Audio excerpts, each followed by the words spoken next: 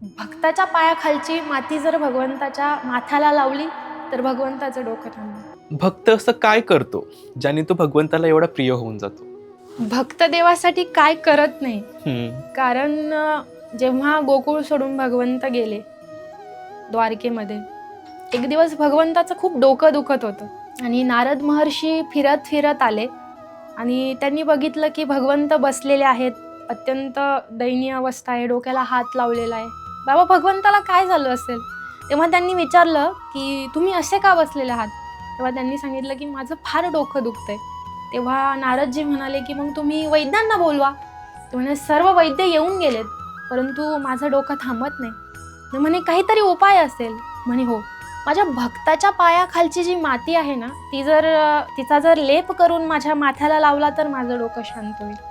तेव्हा नारदजी म्हणाले की एवढ्या भगवंताच्या पत्न्या आहेत, भगवंताच्या भक्तच आहेत ना, त्यांच्याकडे जाऊया.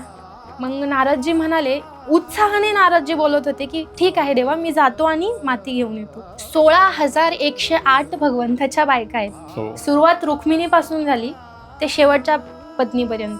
आम्ही भगवंताला आमच्या पायाखालची माती कशी द्यावी? आम्हाला नरकात जावं लागेल, आम्ही ते पाप करणार नाही.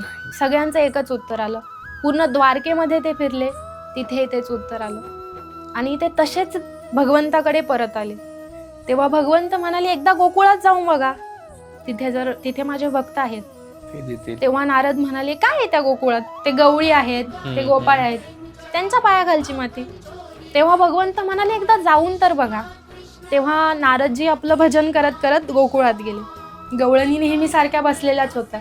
गवळणींचा एकच धंदा, कृष्ण कृष्ण आणि कृष्ण. कारण भगवंत गेल्यानंतर त्या विरह पीडेने त्रस्त होत्या आणि विरह पीडेमध्ये त्यांना भगवंताच्या गुणगानाशिवाय पर्याय नव्हता. ते तिथे गेले आणि त्यांनी सांगितलं की भगवंताचं डोकं दुखत आहे, भगवंताला अत्यंत त्रास होत आहे. तेव्हा गवळणी म्हणाल्या, मग यावर उपाय काय? की भक्ताच्या पायाखालची माती जर भगवंताच्या माथ्याला लावली तर भगवंताचं डोकं थांबलं. त्याच ठिकाणी गवळणींनी नृत्य केलं, त्या मातीवर उड्या मारल्या आणि ती माती बांधून नारदांना दिली. तेव्हा नारद म्हणाले, तुम्ही वेड्या आहात का?